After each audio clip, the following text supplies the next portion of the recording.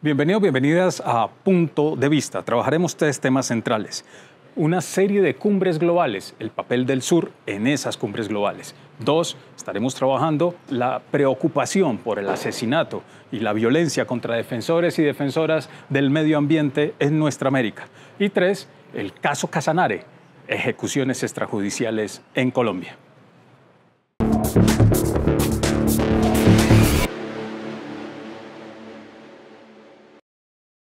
Tres cumbres globales, G20, G77 y la Asamblea de las Naciones Unidas. Tres cumbres en secuencia que dan cuenta, entre otras, de un cambio sustancial del nuevo orden mundial. El Grupo de los 20, el G20, es un foro que se realiza con el fin de buscar una estabilidad financiera, siempre marcado por la hegemonía de Occidente. En 1973, como respuesta al fenómeno del shock petrolero, la crisis profunda económica que se generó en esta década, países como Estados Unidos, Inglaterra, Alemania, Francia se reúnen para hacer frente a este fenómeno.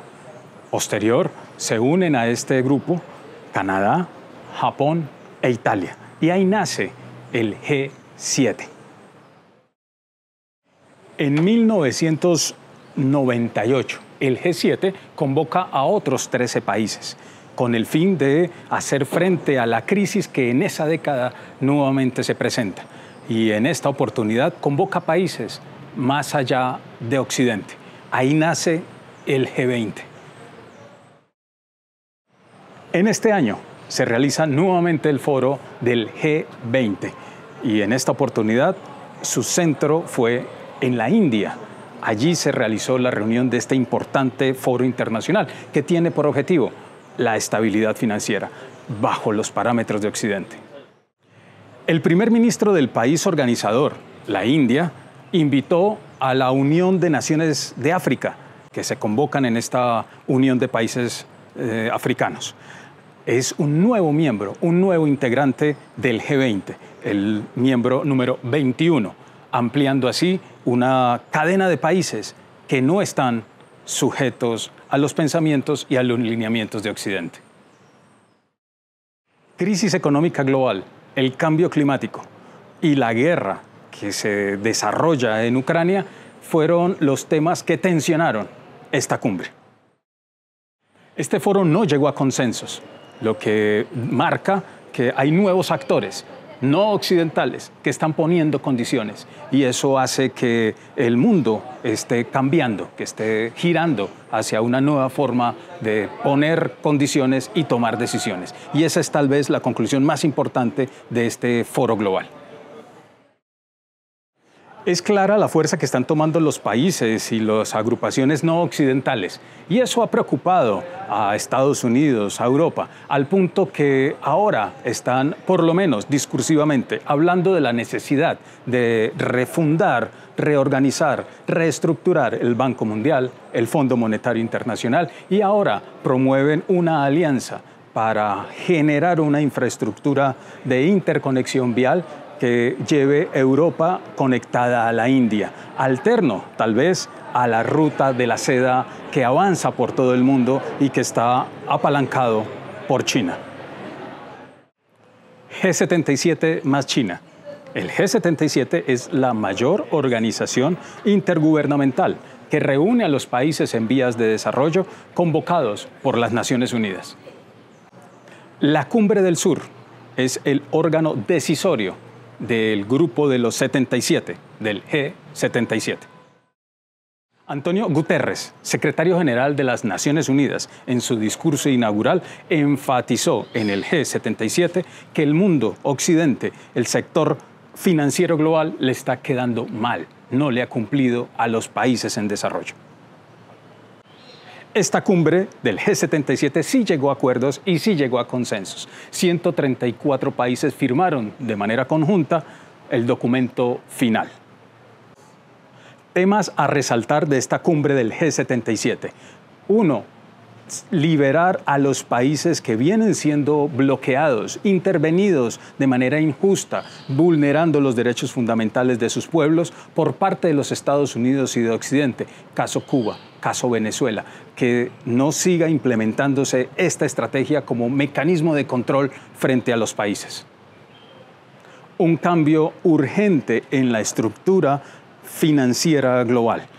El presidente de Cuba, Díaz-Canel, en su discurso inaugural de esta cumbre, reafirmó cómo estas medidas tomadas por el Fondo Monetario y el Banco Mundial vienen afectando desde hace ya décadas a los países del sur, empobreciendo y sometiendo a sus pueblos. Se comprometieron a impulsar el diálogo y las relaciones sur-sur. Acordaron seguir trabajando en esas relaciones sur-sur por el desarrollo de la ciencia y la tecnología como una apuesta por alcanzar niveles de desarrollo, de equidad en los pueblos del sur. Hacer frente a la crisis climática y cambiar deuda por acciones climáticas. A su vez, México anunció su regreso al G77, más China. El 19 de septiembre se realizó la cumbre número 78 de la Asamblea General de las Naciones Unidas. El mundo ha cambiado, pero nuestras instituciones no. Esa es una de las afirmaciones de Antonio Guterres, secretario general de las Naciones Unidas, frente a los retos que hoy, en un mundo que ha cambiado, enfrenta este organismo. De no cambiar y no hacer ajustes, afirma Antonio Guterres, se corre el riesgo no de solucionar problemas, sino de generar muchos más. Las reformas deberían empezar por el Consejo de Seguridad de las Naciones Unidas y continuar con ese andamiaje financiero internacional que hoy somete al mundo y sobre todo al sur a la pobreza. Guterres también recordó en su discurso inaugural que una de las misiones esenciales e históricas de las Naciones Unidas es conservar la paz. Es muy claro que no lo está cumpliendo. Algo que también queda claro en esta Asamblea General de las Naciones Unidas es que los objetivos a 2030 no se van a cumplir, los objetivos de desarrollo sostenible. Las situaciones de la guerra, el hambre, la desigualdad, así lo reiteran. Diversas voces coincidieron y fueron enfáticos en exigir el levantamiento de los injustos bloqueos como medidas impositivas que denigran de las sociedades y ponen en riesgo a pueblos enteros. Nuestro país sufre un cerco real, una guerra económica extraterritorial cruel y silenciosa. Se acompaña de una poderosa maquinaria política de desestabilización con fondos millonarios aprobados por el Congreso de los Estados Unidos con el fin de capitalizar las carencias que provoca el bloqueo y socavar el orden constitucional del país y la tranquilidad ciudadana. A pesar de la hostilidad de su gobierno, continuaremos tendiendo puentes con el pueblo de los Estados Unidos, como hacemos con todos los pueblos del mundo. Enfáticos en afirmar que es necesario cambiar la arquitectura de esa estructura financiera global que hoy somete a los pueblos a la pobreza. Los riesgos de perpetuar este presente son muy altos. La arquitectura financiera mundial solo sirve para concentrar el ingreso en muy pocos y para marginar a vastas regiones del mundo. Ya no hay más tiempo para seguir hablando, es hora de promover la justicia social en el mundo. Los países del sur global hemos compartido históricamente muchas miradas sobre el sistema internacional y sobre la responsabilidad que les cabe a los organismos multilaterales en materia de desarrollo, paz y seguridad global, cooperación y descolonización. Nuestra región se encuentra frente a una oportunidad histórica. Cuenta con la energía y los alimentos que el mundo demanda. Nuestro desarrollo depende de que tengamos la capacidad de aprovechar esos recursos. El lema de la Agenda 2030 es que nadie quede atrás, que nadie pierda para siempre el camino de la justicia y el desarrollo. Estamos convencidos de que ese es un noble propósito, un noble objetivo que vale para los individuos y vale para los pueblos. Pero por favor, no convirtamos ese objetivo, incentivo en la entramuerta. Después del arrepentimiento, no sirve de nada. El arrepentimiento no repara las vidas estropeadas, la vida sin futuro, y mucho menos devuelve las vidas perdidas. Muchas gracias. Y afirmaron la necesidad de hacer frente a los desafíos del cambio climático y ponernos serios como planeta a decretar la paz global como la ruta y la solución. En este año que ha pasado desde el último discurso que di en Naciones Unidas, no hemos visto sino profundizar lo que los ricos reunidos en Davos llamaron la policrisis. La guerra sigue, el hambre continúa, la recesión aumenta y la crisis climática ha mostrado sus dientes como nunca, llevándose decenas de miles de vidas y calentando las tierras y los mares como nunca. Ha sido un año en que la humanidad ha perdido y ha avanzado sin titubeos los tiempos de la extinción. Propongo que Naciones Unidas auspicie cuanto antes 2 conferencias de paz, la una sobre Ucrania, la otra sobre Palestina, para recuperar el tiempo perdido. 2 simples cosas: acabar la guerra y reformar el sistema financiero mundial. Tal vez sea necesario reformar o refundar las Naciones Unidas, en el sentido que se respeten los derechos de los pueblos y se tenga en cuenta la voz del sur global. Porque la ONU está anquilosada, empolvada, necesita una sacudida. Es pues un florero, una vitrina, es para ir a hablar allá, unos cuantos minutos de fama a los gobiernos del mundo, que yo no sé si los escuchan,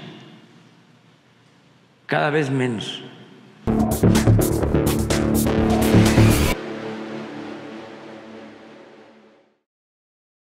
Durante 11 años, Global Witness viene haciéndole seguimiento al asesinato y violaciones de los derechos fundamentales de las personas, defensores y defensoras del medio ambiente. El mundo ha venido cambiando, pero lo que no ha cambiado es el asesinato y persecución contra los defensores del medio ambiente. El 88% de los asesinatos de líderes, defensores y defensoras del medio ambiente ocurrieron en nuestra América.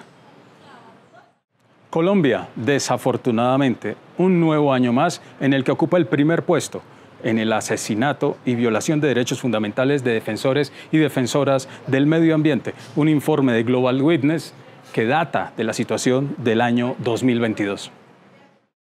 Más de 1/3 de la población registrada, de los asesinatos registrados, hacían parte de pueblos étnicos, población indígena y afro.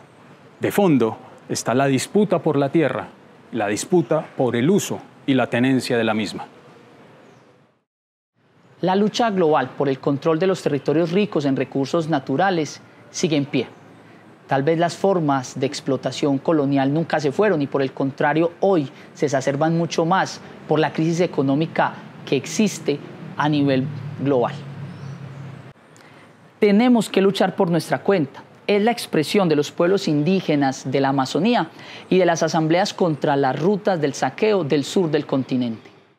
Desde hace aproximadamente 20 años viene en toda Latinoamérica la construcción de diferentes obras de infraestructura como puentes, carreteras, puertos, hidrovías, que lo que ha permitido es facilitar el saqueo de bienes comunes. Todo esto de la mano de la banca internacional y de los gobiernos de turno, que lo que le ha permitido básicamente es la disminución de sus costos de operación, precisamente aumentando el lucro de manera exponencial.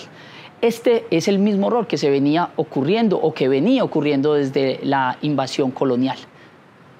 Para ampliar más información acerca de este tema, escuchemos el punto de vista de Eli Jiménez del colectivo El Quintral de Chile, precisamente de la Asamblea contra las rutas del saqueo. En las tierras que conocemos como América Latina y el Caribe, estamos viviendo una nueva fase, un nuevo ciclo de colonización y despojo de los territorios, ¿ya? Se ha abierto, en la década del 70 en adelante, se ha actualizado un nuevo ciclo extractivista. Entendemos el extractivismo como la explotación intensiva y extensiva de los territorios, de las naturalezas de los territorios, incluida la naturaleza humana, con la intención de generar materias primas, transformar, reducir los bienes de la naturaleza al rol de materias primas y conducirlos, orientarlos para alimentar las dinámicas del capitalismo global, ¿ya? El punto es que esta nueva avanzada, esta nueva ola extractivista en los territorios está obviamente generando una transformación de las dinámicas ecológicas, está generando una transformación de los territorios. Las obras de infraestructura son un frente poco difundido y sobre todo poco criticado en la lógica desarrollista, pero es precisamente el que permite ser el corazón no solamente del flujo de capitales y el flujo de mercancías por parte de las empresas transnacionales, sino el que le permite esas ganancias tan extraordinarias. Frente a esta realidad, escuchemos entonces el punto de vista de Raúl Civechi, un defensor de los derechos de los pueblos de nuestra América. Si tuviéramos que explicar las razones profundas por las cuales América Latina se encuentra a la cabeza del mundo en cuanto a asesinatos de líderes ambientales, de ambientalistas, tendríamos que enfocarnos en dos hechos fundamentales que creo que son las razones de fondo. En primer lugar, la gran desigualdad de América Latina. América Latina es el continente más desigual del mundo y es fuera de duda el continente donde la desigualdad está creciendo, además de forma exponencial. Pero también América Latina es el continente donde el modelo extractivista de acumulación por despojo, acumulación por robo, que es la principal forma como se manifiesta el capitalismo neoliberal en el mundo hoy, ese modelo también tiene en América Latina sus garras colocadas, ¿verdad? Es un modelo que convierte la naturaleza en mercancías, en commodities, y para eso necesita desplazar población. Y produce daños ambientales enormes.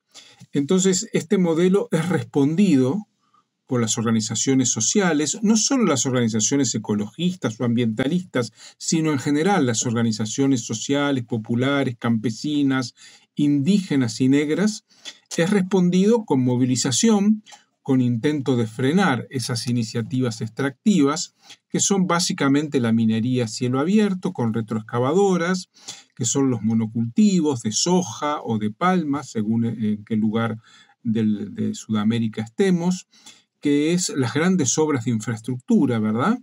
Y la especulación inmobiliaria urbana, todos ellos desplazan poblaciones para apropiarse de los bienes comunes, de la naturaleza.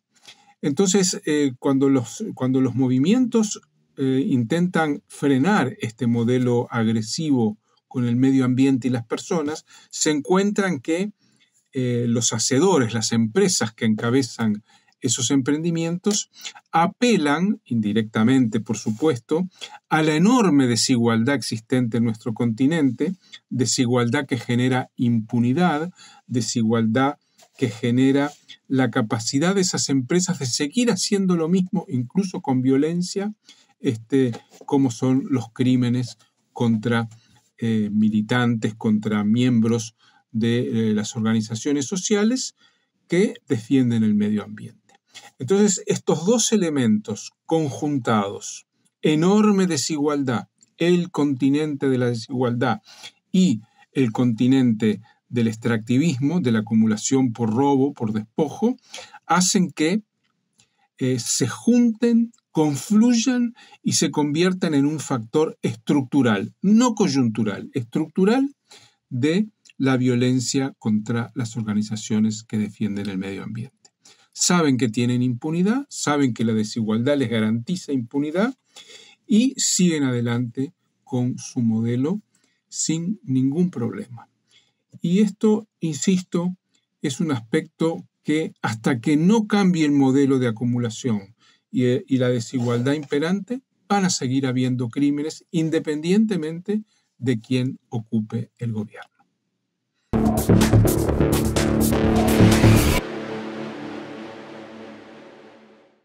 Durante 3 días de audiencia en Yopal Casanare, 21 militares, un exfuncionario del DAS y 2 civiles reconocieron su responsabilidad en los falsos positivos cometidos en esta región. Comparecieron por cometer presuntamente 296 asesinatos de civiles y presentarlos como bajas en combate entre los años 2005 a 2008. El general Torres Escalante reconoció haberse vuelto el líder de una organización criminal. Ninguna de estas investigaciones arrojó resultados concretos y definitivos. Muchos, por no decir todas, facilitaron la impunidad de las ejecuciones extrajudiciales de personas inocentes. La ineficacia de estas investigaciones generó confianza y motivación adicional para que miembros de la unidad bajo mi mando siguieran perpetrando estos crímenes. Debo señalar que fui irresponsable en el trato del señor defensor del pueblo regional Casanare, doctor Mauricio Mojica Flores. La evidencia coincide con otros lugares como Norte de Santander, Dabeiba y la Costa Caribe, siempre demostrando que existe un patrón criminal independientemente de la región donde se dio dicho fenómeno. El coronel Wilson Camargo Tamayo compareció y refirió: he evidenciado que la política de seguridad democrática del expresidente Álvaro Uribe fue una política totalmente nefasta. En igual sentido, el sargento Wilson Burgos refirió que gracias a la JEP hoy se está sabiendo la verdad, porque hace 10 años él estaba diciendo mentiras, estaba tratando a sus familiares como subversivos. La estigmatización fue tal vez la causa que llevó a los militares del batallón de infantería número 44 a seleccionar las personas más vulnerables, más indefensas entre la sociedad, para, por medio de engaños, ofreciéndoles trabajo o otras invitaciones, y hacerlos pasar como falsos positivos, es decir, personas caídas en un presunto combate. Queda mucha verdad por saber. Necesitamos conocer precisamente cómo se dio todo esto en todo el territorio nacional y cuál fue la sistematicidad que existe entre todos estos diferentes casos. Conocer entonces los verdaderos responsables, quienes se lucraron sobre todo con dicha actividad. Aún esta actividad de falsos positivos no termina. Esa relación entre paramilitarismo y ejército sigue todavía en cada región. Denuncias que dan cuenta precisamente de esa alianza criminal. Necesitamos conocer cómo es que aún continúa la formación en militares en torno a eso que se ha llamado el enemigo interno, es decir, esas personas que se salen del entorno y que hacen oposición democrática, como campesinos, indígenas, y en términos generales personas empobrecidas, es decir, también aquí hay un sesgo de clase. Es precisamente en torno a esto que queremos conocer el punto de vista del coronel retirado Omar Rojas, sociólogo, y quien ha escrito varios libros en torno a este tema. Existe cierta tendencia en el país de asimilar los asesinatos, las ejecuciones extrajudiciales y el falso positivo como sinónimos. Son 3 conductas criminales totalmente diferentes. El falso positivo no es un eufemismo, es un dispositivo, una categoría criminal que hasta ahora comienza a revelarse no solamente en Colombia, sino en el mundo. En Kashmir, India, es conocido como falsos encuentros, los asesinatos que cometen los policías a personas no criminales. Estas son presentadas como delincuentes.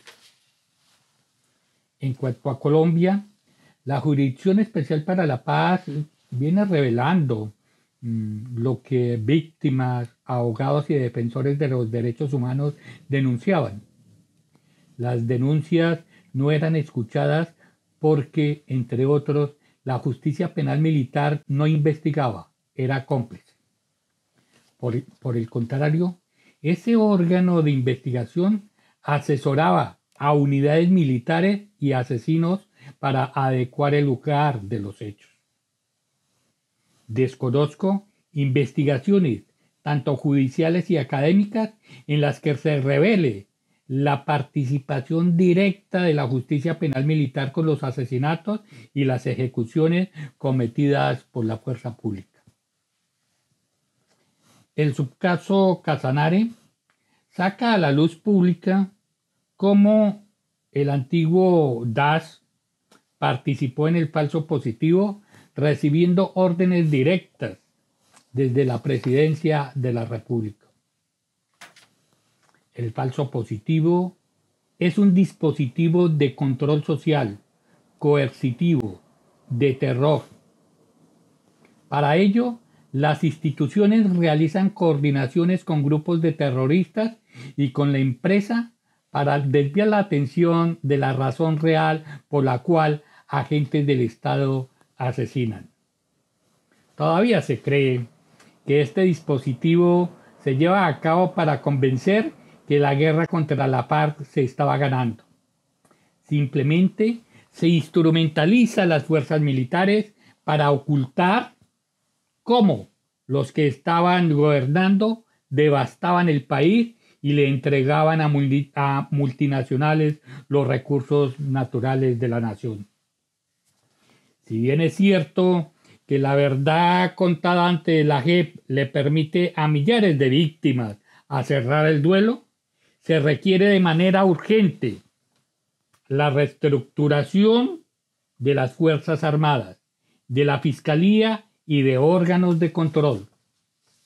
Si no hay un viraje para que se deje de adoctrinar a militares, policías y funcionarios judiciales, estos seguirán asesinando personas vulnerables y enviando a la cárcel gente inocente. No es gratuito que no solamente se conozca a Colombia por las drogas, sino por mercenarios formados en academias militares y de policía. Bien, hemos llegado al final. Nos estaremos entonces encontrando en una próxima oportunidad para seguir profundizando sobre nuestros puntos de vista.